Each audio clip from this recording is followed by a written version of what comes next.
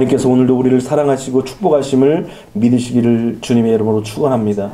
하나님이 우리의 미래요, 희망이요, 또 평안이라는 사실을 확실하게 믿고 아무리 어렵고 힘들고 고난이 닥치고 역경이 닥칠지라도 칠흑같이 캄캄하고 어두울지라도 하나님을 바라보시는 거룩한 주의 백성들이 되시기를 주님의 이름으로 축원합니다. 우리는 종종 긍정적인 자아상을 가져야 한다는 말을 많이 듣습니다. 그러나 사실 예수님을 믿지 않는 사람들 가운데서도 자부심이나 자신감이 충만한 사람들이 너무나도 많습니다. 사실 예수 믿지 않아도 행복해 보이는 사람들이 너무나 많아요. 길가를 걸어가다가 전도를 하다 보면 예수 믿지 않는 사람 중에서도 싱글벙글하며 걸어가는 사람들이 있습니다. 그들에게 예수님을 전하면 그들은 예수님이 필요 없을 만큼 행복하다라고 그렇게 이야기하는 사람도 있더라는 것입니다. 뿐만 아니라 나름대로 자신이 생각할 때 예수님 없이도 훌륭해 보이는 그런 사람도 많다라는 것입니다. 과연 긍정적인 자아상이라는 것이 어디서 올까라는 그런 의문을 잠시 가져봅니다. 때로는 내가 어디에 소속되어 있느냐에 따라서 긍정적인 그런 자아상을 갖기도 합니다.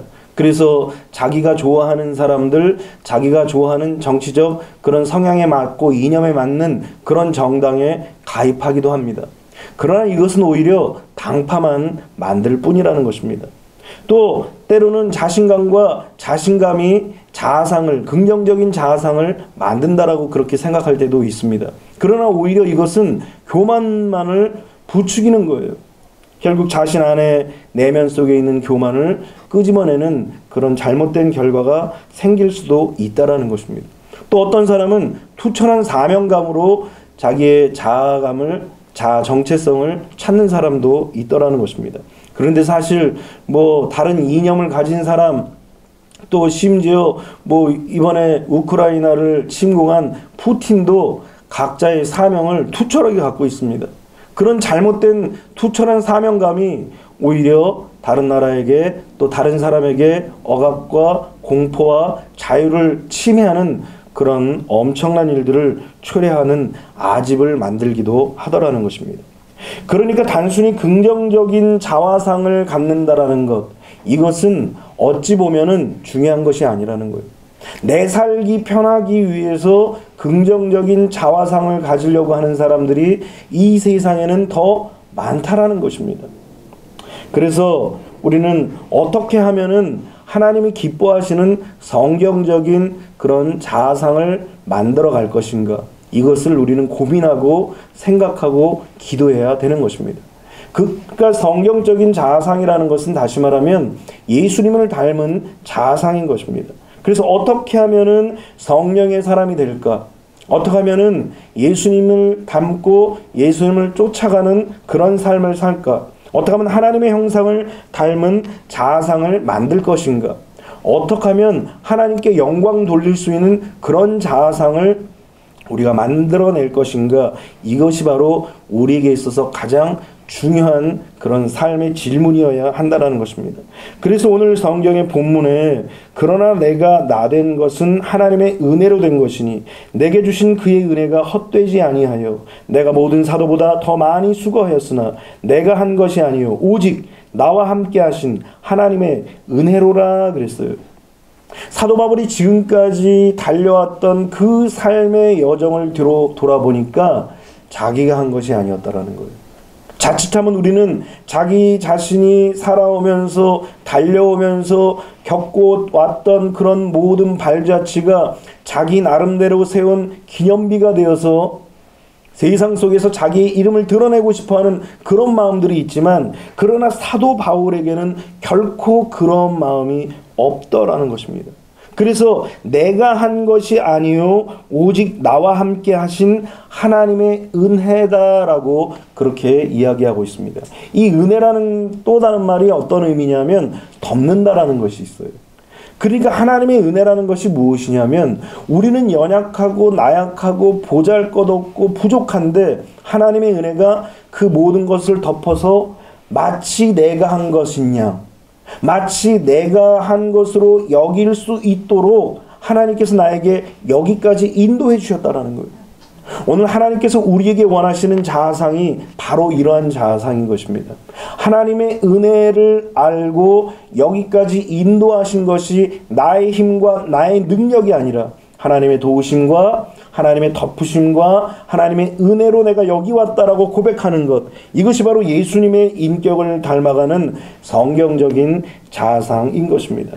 우리도 혹여라도 잃어버린 하나님의 형상, 예수님의 인격, 이런 것들을 회복해야 되는데 이런 회복은 우리의 힘으로 할 수가 없어요. 사도 바울이 하나님의 은혜라고 이야기한 것처럼 하나님의 은혜로만 우리가 이런 인격이 될 수 있고 예수 그리스도의 십자가의 은혜만이 우리를 이렇게 회복시킬 수 있다는 것입니다. 그러기 위해서 우리가 성경적 이제 자아상을 갖기 위해서 어떻게 해야 되는가를 우리 몇 가지를 한번 살펴보려고 합니다. 첫 번째는 하나님의 안목으로 자신을 바라보아야 한다는 것입니다. 여러분, 세상의 기준이 아니라 오직 하나님의 안목으로 우리 자신을 돌아봐야 한다는 것입니다. 세상의 기준으로 나 자신을 보면 두 가지예요. 뭐냐? 절망하든지 아니면 교만하든지. 자기의 연약함과 나약함, 세상과 비교하여서 부질없고 연약하고 나약하고 초라한 나 자신을 발견하면 아주 그냥 절대 절망으로 치달아 내려갑니다. 반대로 다른 사람보다 내가 뭐 조금 좀 난 듯하면 벌써 목에 힘이 들어가서 교만해지기 일쑤이라는 거예요. 그래서 우리의 자신을 보는 안목은 하나님이 기준이 되어야 하지 결단코 세상이 기준이 되어서는 안 된다는 것입니다. 하나님께서 기준을 두시고 하나님이 주신 그 안목으로 우리 자신을 바라볼 때에 하나님의 위로와 하나님의 평강과 하나님의 은혜가 우리에게 넘치도록 임하여서 우리가 제대로 된 자아상을 갖게 하더라는 것입니다. 여러분, 유다가 완전히 다 멸망하여서 폐허가 된 그런 이스라엘을 향하여서 하나님께서 뭐라고 말씀하시냐면, 어찌 보면은 이들은 그야말로 손을 내어뜨리고 눈물을 흘리고 통탄하며 땅을 치며 그냥 억울해하며 답답하며 가슴을 치는 그런 상황밖에 되지 않습니다. 그런데 하나님께서 그들의 안목을 딱 하나님의 기준으로 바꿔주셔요. 스바냐 3장 17절에 보니까 너의 하나님 여호와가 너의 가운데 계시니 그는 구원을 베푸실 전능자이시라. 그가 너로 말미암아 기쁨을 이기지 못하게 하시며 너를 잠잠히 사랑하시며 너로 말미암아 즐거이 부르며 기뻐하시리라 하리라. 여러분, 지금 이스라엘 백성들은 폐허가 된 이스라엘 땅을 돌아보면서 어떻게 도대체 희망이라든가 소망이라든가 비전을 절대로 가질 수가 없어요. 그들 눈에는 눈물밖에 없고 그저 그들의 입에는 한수밖에 없습니다. 그저 손에 힘을 줄 만한 그 어떤 것이 하나도 없는 상황이었습니다. 그럼에도 불구하고 하나님의 안목으로 보니까 너의 하나님 여호와가 너희 가운데 계시니 그는 구원을 베푸실 전능자시라라는 것입니다. 나 자신만을 바라보고 세상과 비교해보면 아무것도 아니에요. 그런데 우리와 함께 누가 계시다고 그랬습니까? 전능하신 하나님이 함께 하신다라는 거예요. 여러분, 최고의 은혜 중에 은혜가 무엇이냐? 돈이 많은 게 아니에요. 건강한 게 아니에요. 세상의 권력이 아닙니다. 최고의 은혜 중에 은혜는 바로 하나님이 우리와 함께 하신다라는 거예요. 그러면서 그 하나님이 우리를 보실 때에 사랑하시고 그리고 기뻐하시고 우리를 부르실 때 즐거이 노래를 부르시면서 우리를 부르신다라는 거예요. 이 얼마나 놀라운 자아상입니까? 그러니까 우리는 하나님의 안목으로 우리 자신을 바라봐야 하는 것입니다. 여러분, 예수님도 마찬가지입니다. 예수님께서 이 세상에 오실 때에 이사야서 53장 2절에 보니까 그는 고운 모양도 없고 풍채도 없고 흠모할 만한 아름다움도 없다라고 그렇게 성경은 고백하고 있습니다. 여러분, 세상에 TV를 켜보십시오. 벌써 스타는 생긴 자태가 틀려요. 위에서부터 머리서부터 발바닥까지 생긴 자세가 틀리더라고요. 멋있긴 멋있어요. 이쁘긴 이뻐요. 그런데 예수님이 그런 모습으로 오셨으면은, 아, 예수님이 외모가 저렇게 출중하셔서 풍채가 좋으셔서 흠모할 만큼 아름다우셔서 사람들이 쫓아다니는구나 라고 생각할 텐데, 예수님은 그런 것들이 아무것도 없다라는 거예요.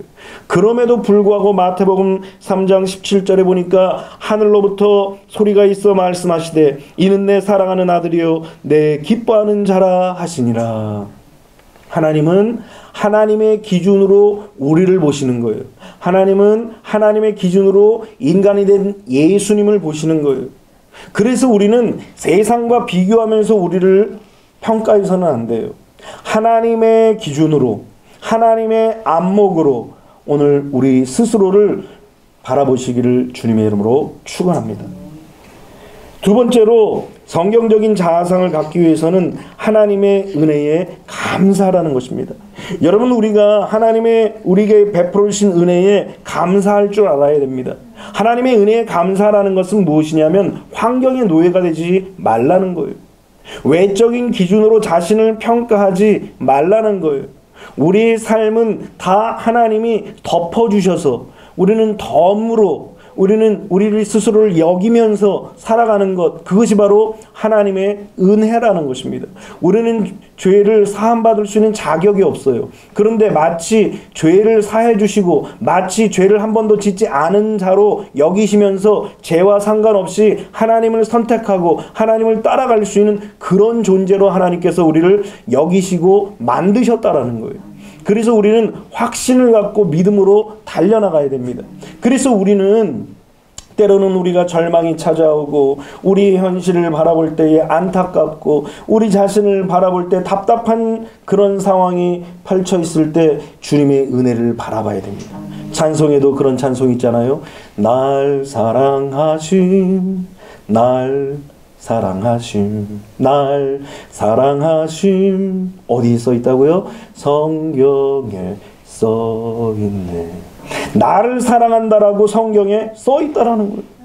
내가 뭐 대단해서, 내가 뭘 많이 가지고 있어서, 똑똑해서, 아름다워서, 멋있어서가 아니라 그냥 나라는 그 자체로 하나님께서 살아가신다라는 거예요. 왜 그래요? 하나님의 은혜가 우리를 덮으시기에 그 은혜로 우리를 사랑하신다는 사실을 꼭 믿으시기를 주님의 이름으로 축원합니다.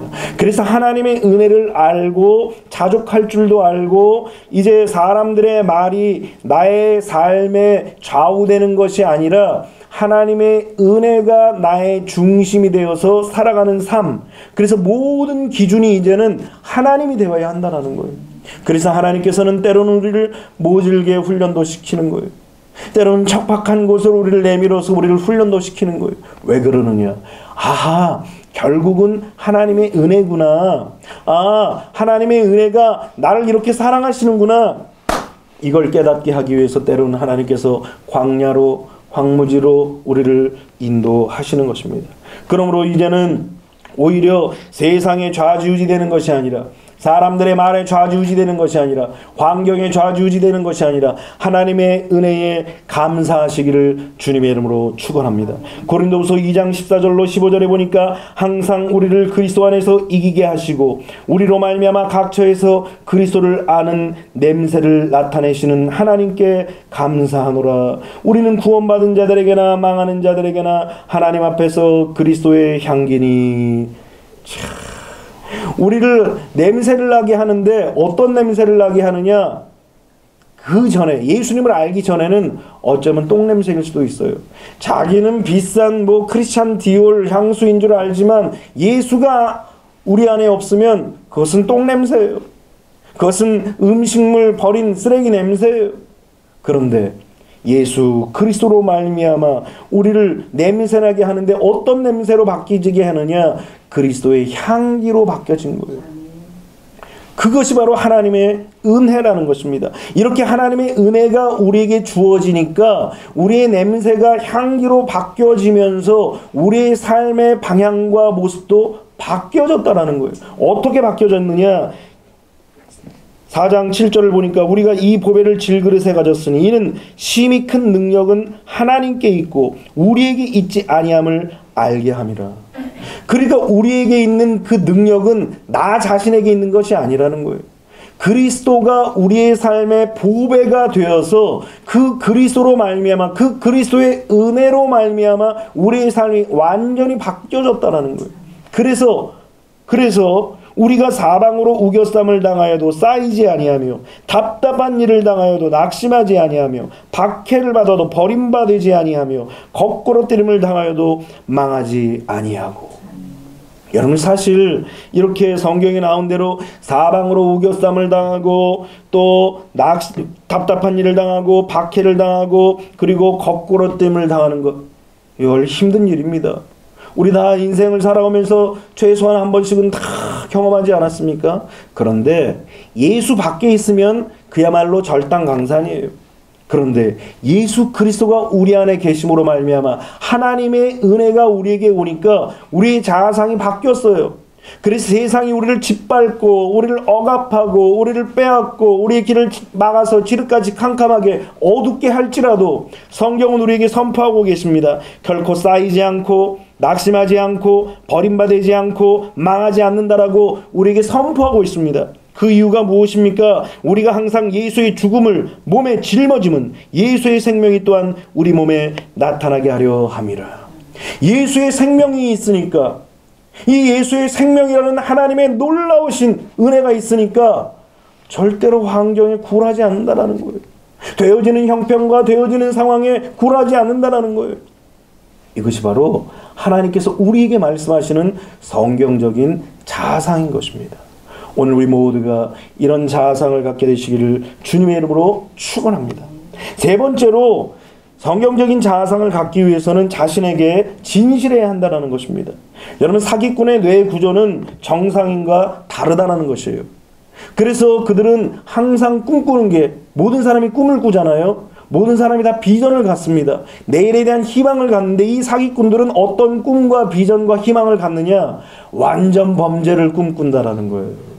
그러니까 꿈꾼다고 다 좋은 꿈이 아닌 거예요. 성령이 주는 꿈, 하나님이 주시는 꿈, 하나님이 은혜로 주시는 꿈, 이런 꿈을 꿔야지. 사기꾼도 꿈꾸는데 이 사기꾼의 꿈은 완전 범죄를 꿈꾼다라는 것입니다. 또 항상 사람을 바라볼 때 누구를 사기쳐먹을까, 누구를 등쳐먹을까, 그리고 물색하는 그런 뇌구조라는 거예요. 우리는 사람과 만날 때 어떻게 하면 이 사람과 좋은 관계를 유지할까, 이런 생각을 하는데 사기꾼들은 이 사람에게 어떻게 하면 사기칠까, 이런 생각으로 가득하더라는 것입니다. 그래서 어떻게 이 사람을 사기칠까, 이런 궁리로 가득하더라는 것입니다. 그리고 거짓말을 밥 먹듯이 하고, 그 머릿속에는 항상 돈밖에 없어요. 매사에 사람을 만날 때도, 일을 할 때도, 어떤 상황을 만날 때도 항상 돈이 그 인생의 기준이 되고 중심이 되어서, 돈이 빠지면은 사람과 만날 수가 없어요. 돈이 빠지면은 사람과 관계를 할 수가 없어요. 왜냐하면 그의 인생 속에서 제일 중요한 것이 바로 돈이기 때문인 것입니다. 그러다 보니까 불안하고 초조하고 성급합니다. 그리고 항상 그 마음속에는 도망갈 궁리를 만들어내는 거예요. 야곱이 왜 하나님 앞에서 야복강에서 한 대표를 침을 당했습니까? 이 야곱도 늘 생각 속에 도망갈 궁리를 하는 거예요. 내가 문제가 생기면 건강한 육체만 있으면 어디 가서든지 먹고 못 살겠어? 일단 내가 살고 봐야지.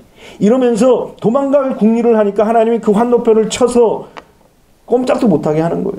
쩔름쩔름 거리게 하는 거예요. 그런데 이 사기꾼의 뇌는 이와 같다라는 것입니다.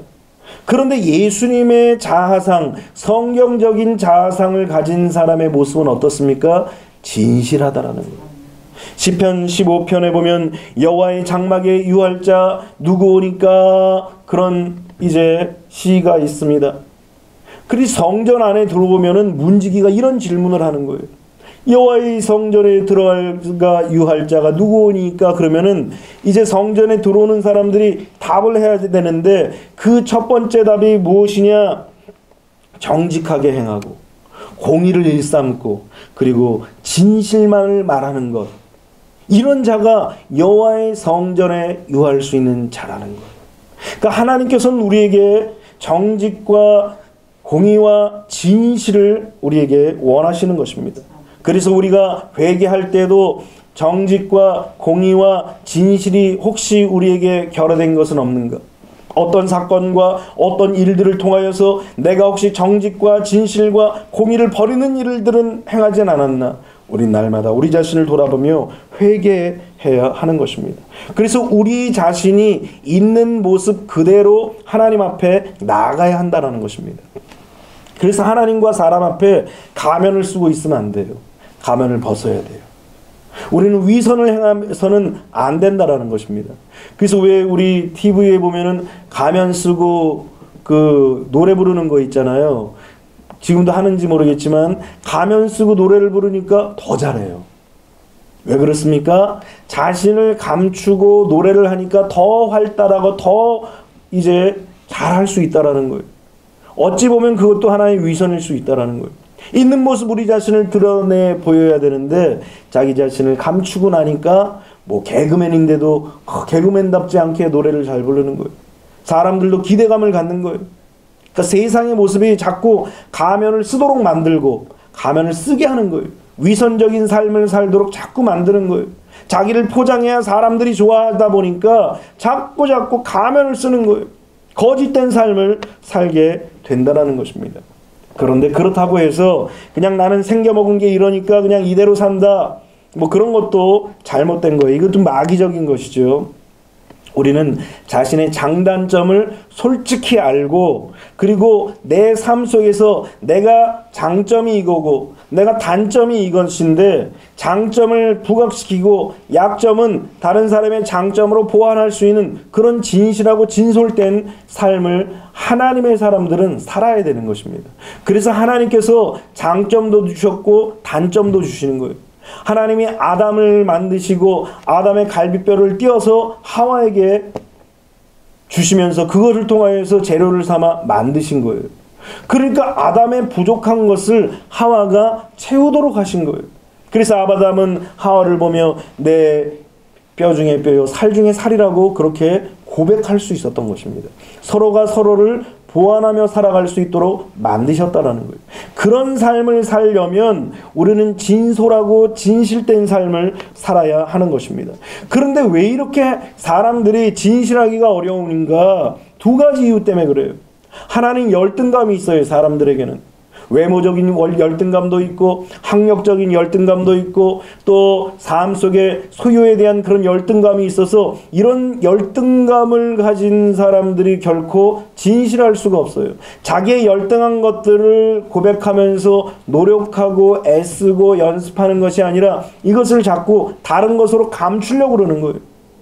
사탄이 에덴 동산에서 하와를 유혹한 것이 바로 그렇습니다. 하나님과 견주게 하는 거예요.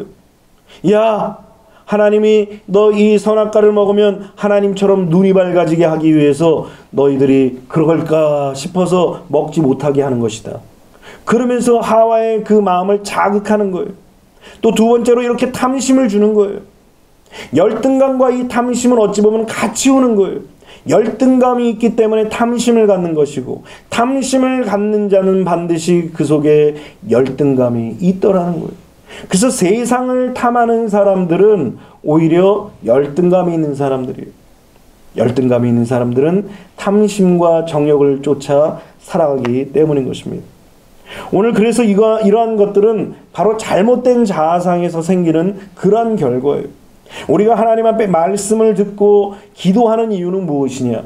우리 안에 다 크고 작은 열등감이 있고 모든 사람들 안에는 크고 작은 탐심들이 있어요. 이것을 얼마나 내버리냐. 하나님의 말씀이라는 거울을 우리가 비춰보면서 얼마나 내가 이것을 버리느냐, 얼마나 이것을 육신적이고 육체적인 것을 내려놓고 성경적인 그런 자아상을 갖느냐, 이 싸움을 하기 위해서 하나님의 말씀을 듣고 기도하는 거예요. 그래서 우리의 기도가 하나님의 말씀이 계속 들어오면 기도가 바뀌어요. 처음에는 내가 잘 먹고 잘 살고 부자 되기 위해서 기도하지만 하나님의 말씀이 우리에게 들어오면서 내가 부자 되고 내가 잘 살고 내가 형통한 것이 아니라 모두가 잘 살고 모두가 형통하고 모두가 행복한 그런 세상을 위해서 기도하더라는 거예요. 그것이 바로 하나님의 말씀이 우리 안에 들어와서 우리의 자아상을 완전히 바꿔놓는 모습인 것입니다. 여러분, 삭개오도 보십시오. 삭개오도 사실은 위성적 삶을 살았던 사람이었습니다. 여러분, 유대인인데도 불구하고 세리장까지 올라갔으면 얼마나 막 비벼댔겠어요. 삭개오의 손바닥을 보면 아마 지문이 없어질지도 몰라. 그만큼 삭개오는 그런 모습으로 살았던 위선자의 모습이었습니다. 그런데 예수님을 딱 만나고 예수님의 말씀을 딱 듣고 나니까 그 마음속에 가지고 있는 모든 위선적인 마음, 모든 열등감과 그리고 탐심이 순식간에 사라져버린 거예요. 하나님의 말씀이 찾아오고 예수 그리스도의 그 빛이 그 심령 속에 들어오니까 그 심령이 순식간에 진실한 영이 들어오게 된 것입니다. 오늘 우리도 마찬가지예요. 세상이 어둡고 추악하고 더러운 그런 열등감의 영들, 그런 탐욕의 영들, 탐심의 영들이 우리에게 들어오면은 우리는 거짓될 수밖에 없는 거예요. 그러나 이 영이 싹 물러가면 밝은 빛이 들어오는데 그 빛이 바로 진실한 영이, 정직한 영인 것입니다. 그 정직한 영이 딱 삭개오의 마음속에 들어오니까 주님 앞에, 주님, 내가 누구 것을 빼앗은 일이 있다면 4배나 갚겠습니다. 그리고 내 소유의 절반을 잘라서 가난한 자들에게 다시 나눠주겠습니다. 그러면서 진솔한 삶으로, 진실한 삶으로 그의 삶이 바뀌어졌다라는 것입니다. 그래서 하나님의 자녀들은 진실한 삶을 살아야 돼요. 하나님 앞에 주여 나를 진실하게 하소서, 이런 기도가 날마다 우리 안에 있어야 한다라는 것입니다. 에스겔서 18장 9절 말씀을 보니까 내 율례를 따르며 내 규례를 지켜 진실하게 행할진대 그는 의인이니 반드시 살리라, 주 여호와의 말씀이니라. 세상에서 그렇게 얘기합니다. 진실하게 살면은 못 산다고 그래요. 진실하게 살면은 다 속아 넘어간다고 그래요. 그런데 성경은 반대로 가르쳐요. 우리에게 이 반대가 제대로인 거죠. 내 율례를 따르며 내 규례를 지켜 진실하게 행할진대, 하나님의 말씀에 따라 진실한 삶을 살면 때로는 손해보는 것 같아요. 때로는 지는 것 같아요.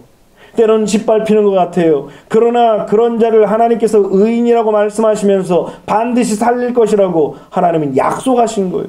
그래서 우리는 하나님 앞에서 의인된 삶으로서 진실한 삶을 살아가야 하는 것입니다. 그러므로 오늘 우리는 하나님 안에서 진실한 삶을 살게 되시기를 주님의 이름으로 축원합니다. 시편 11편 4절에는 그렇게 얘기합니다. 여호와께서는 그의 성전에 계시고 여호와의 보좌는 하늘에 있으며 그의 눈이 인생을 통촉하시고 그의 안목이 그들을 감찰하시는도다. 하나님께서 우리를 통촉하신다라는 거예요. 통촉한다라는 말이 무슨 말이냐면 구별하다, 숙고하다, 그런 뜻이에요. 이 무슨 말이냐면 전능하신 하나님의 전지성을 말씀하시는 것인데, 하나님이 모든 것들을 구별하시고 모든 것들을 깊이 생각하신다라는 거예요. 그렇다는 것은 무엇입니까? 사람의 모든 것들을 다 아신다라는 거예요.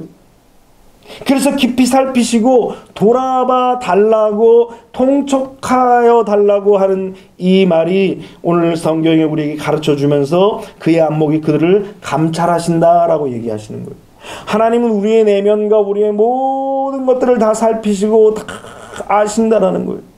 그 하나님이 다 아시기 때문에 우리는 진실한 삶을 살 수밖에 없는 것입니다. 잠언 21장 12절에 보니까 의로운 자는 악인의 집을 감찰하시고 악인을 환난에 던지시느니라 그랬어요. 진실하게 삶을 살지 않으면 하나님께서 반드시 그 인생을 던지시는 거예요. 그래서 우리는 하나님 앞에서 진실하고 정직한 삶을 살아야 되는 것입니다. 그래야 우리의 자아상이 성경적인 자아상으로 아름답게 만들어지게 되는 것입니다. 사실 우리가 거짓말 한번 하고 죄 한번 짓고 회개하지 않으면 마음이 얼마나 답답하고 초조하고 불안한지 몰라요. 그게 하나님의 사람들의 모습인 것입니다. 그래서 우리는 하나님의 은혜를 갈구하고 하나님의 은혜 앞에 우리가 진실하지 못한 모습들이 있었다면 다 낱낱이 회개하는 것입니다. 오늘 회개함으로 말미암아 진실하여서 하나님의 우리에게 가르쳐 주신 성경적 자아상을 갖게 되시기를 주님의 이름으로 축원합니다. 마지막 네 번째로 다른 사람의 가치를 인정하고 서로 사랑을 베풀어야 한다는 것입니다. 우리가 존귀하다는 것은 다른 사람의 가치를 인정할 때 우리 자신이 더욱더 존귀해진다는 거예요.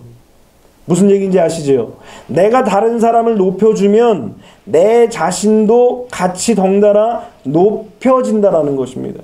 우리는 근데 어떻게 생각합니까? 다른 사람을 세워주고 높여주면 나는 낮아진다라고 생각하지만, 내가 낮아질 때, 다른 사람을 높이는 때에 그때 내 스스로가 다시 높아진다는 사실을 성경은 우리에게 가르쳐주고 있는 것입니다. 하나님은 절대 사람의 외형적인 것들을 보지 않으셔요. 사무엘상 16장 7절에 보면 나 하나님은 사람과 달라서 사람은 외모를 보지만 나 하나님은 중심을 본다라고 그렇게 말씀하십니다. 사람은 외모를 봐요. 그래서 우리가 전도할 때도 외형적으로 뭔가 이렇게 좀 갖추고 있어야 돼요. 제가 잠바 입고 이렇게 전도지를 주면 안 받아요. 그런데 벌써 양복 입고 바바리 입고 그리고 정중하게 예수 믿으라고 그러면은 안 받으려고 그래도 받아. 처음에는 됐어요 라고 하려고 하는데 다 받더라고요. 왜 그래요? 벌써 사람이 정중하게 딱 이 전도지를 주니까 그 사람들은 외형을 보고 외모를 보니까 뭐 이렇게 점잖은 사람이 나한테 뭘 주는데 잘못된 건 아니겠지 라고 생각하는 그런 착각들을 하거든요. 그래서 제비족들이 더 깔끔하게 입고 다니는 거 아닙니까? 외모를 보기 때문에. 그런데 하나님은 중심을 보신다라는 것입니다. 그래서 야고보서 2장 9절에 사람을 차별하는 것이 죄가 된다라는 사실을 우리에게 가르쳐주고 있는 것입니다. 이 무슨 말입니까? 우리의 마음속에 다른 사람을 높이는 마음, 차별이 없는 마음을 하나님께서 다 보시고 아신다라는 것입니다. 그래서 마태복음 5장 22절에는 형제에게 노하는 자는 심판을 받고 또 라가라 하는 자는 공회에 잡혀갈 것이며, 라가라는 말은 이 히브리 사람들이 하는 유대인들의 욕설이에요. 그러니까 형제에게 욕을 하는 사람들은 공회에 잡혀간다라는 것입니다. 또 미련한 놈이라고 얘기하는 것은 지옥불에 들어간대요. 다시 말해서 형제에게 화목하고 사랑을 나누고 연합하라는 것이지 결코 반목하고 싸우고 분쟁하라는 것이 아니라는 거예요. 우리가 우리의 성경적인 자아상을 갖기 위해서는 우리의 중심을 보시는 그 하나님 앞에서 차별이 없는 마음, 그래서 상대방을 높여주고 사랑하는 그런 마음이 있어야 한다는 것입니다. 그래서 베드로전서 4장 8절에는 무엇보다도 이 마지막 때에, 베드로서는 주로 종말에 대해서 말씀하시는데 이 마지막 때에 우리에게 가르쳐 주시는 것이 무엇이냐면 무엇보다도 뜨겁게 사랑하라 그랬어요. 그것도 서로 사랑하라는 거예요. 한 사람만 사랑하라는 것이 아니에요. 서로 사랑하라는 것입니다. 성경이 우리에게 가르쳐 주시는 그런 진리는 서로 사랑하라는 것. 그래야만 성경적인 자아상의 모습이 만들어질 수 있다라는 것입니다. 그러면서 우리는 미워하지도 말고 또 사랑만 받으려고 하지 말고 서로 사랑하라는 거예요. 이것이 바로 하나님의 백성들이 갖고 있는 성경적인 자아상의 모습이라는 것입니다. 오늘 우리 요한일서 4장 7절로 12절을 한번 찾아봅니다. 같이 한번 읽어봅니다.